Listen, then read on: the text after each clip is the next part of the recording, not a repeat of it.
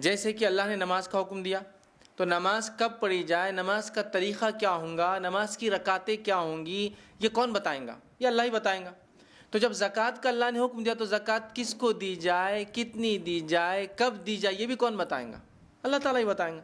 लेकिन होता ये है कि नमाज के मामले में तो अल्हम्दुलिल्लाह हम कोशिश करते हैं कि जैसे बताया गया, जिस तरह बताया गया वैसे करें, जितनी रकातें। लेकिन ज़कात के मामले में हम ये देखते हैं कि हम में से अक्सर लोग मनमानी कर रहे हैं। मतलब ज़कात हम उनको दे रहे हैं जो हमको सलाम करते हैं वापस।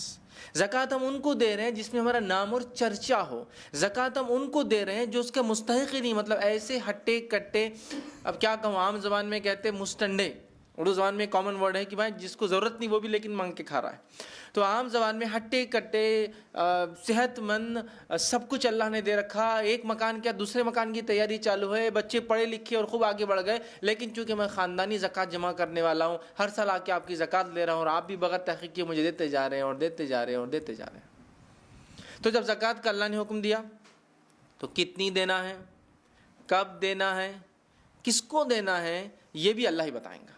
मैं और आप अपनी मनमानी इस मामले में भी नहीं कर सकते हैं। ठीक। अब एक मसला ये आ सकता है, भाई मैं तो ज़कात देता ही नहीं हूँ, तो मेरे लिए ये दर्स का क्या फ़ायदा, मेरे लिए दर्स का क्या फ़ायदा?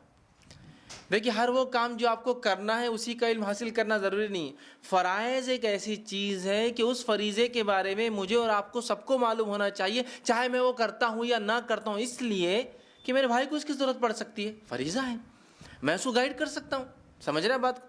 तो फरीज़ा याद रखिए एक ऐसी चीज़ है कि हम सबको क्या अल्लाह ने हम पर फ़र्ज़ किया है उसका नॉलेज गेन करना ही चाहिए। ये ज़रूरी और वाजिब है मुझ पर और आप पर।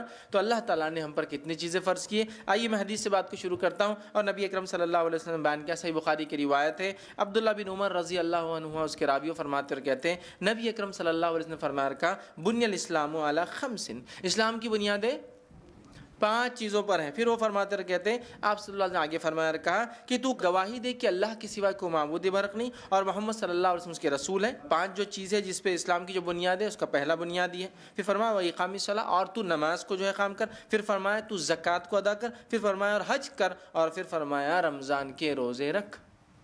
तो 5 चीज़ें हैं। मैं समझता हूँ कोई ऐसा मुसलमान नहीं जिसको 5 बातें ना मालूम हो। कम से कम मस्जिद जाता हो तो मस्जिद के अंदर, आजकल तो नहीं होता लेकिन एक ज़माना था मस्जिदों में वो हाथ से बने हुए तख्तियाँ होती थी जिस पे एक नमाज के टाइम है ना लिखे होते थे। उमूमन उस तख्ती पर एक कूंडा बना हुआ होता था, उसमें एक पौधा लगा हुआ होता था, उस पौधे को 5 फूल होते थे ना, आजकल तो नहीं दिखता बहरहाल क्योंकि तो इलेक्ट्रॉनिक ज़माना आ चुका है।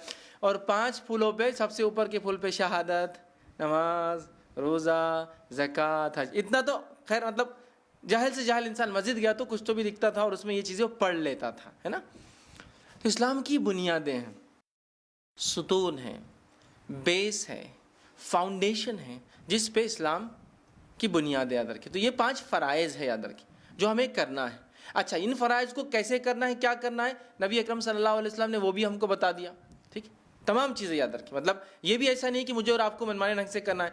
तो शहादत क्या है बता दिया गया, कैसे क़ायम होती, कैसे इसकी निगेशन नफ़ी हो जाती, ख़त्म हो जाती, मतलब तौहीद क्या है और शिर्क क्या है बता दिया। नमाज कितनी, क्या, कब, तरीक़ा सब कुछ बता दिया। रोज़ा कितने, क्या, कब, उसका तरीक़ा, शुरुआत, ख़ात्मा सब बता दिया। ज़कात भी वही मामूल, कौन देगा, कब देगा, कैसे देगा, किसको देगा, वो भी बता दिया। और हज के ताल्लुक़ से भी आप सल्लल्लाहु अलैहि वसल्लम ने फरमाया, हज के मनासिक मुझसे सीखो, हज वैसा करो जैसा मुझे करते हुए देखते हो। तो हज के तरीक़े भी आपने मुकम्मल तौर से सहाबा ने पूछे भी और आपने बता भी दी।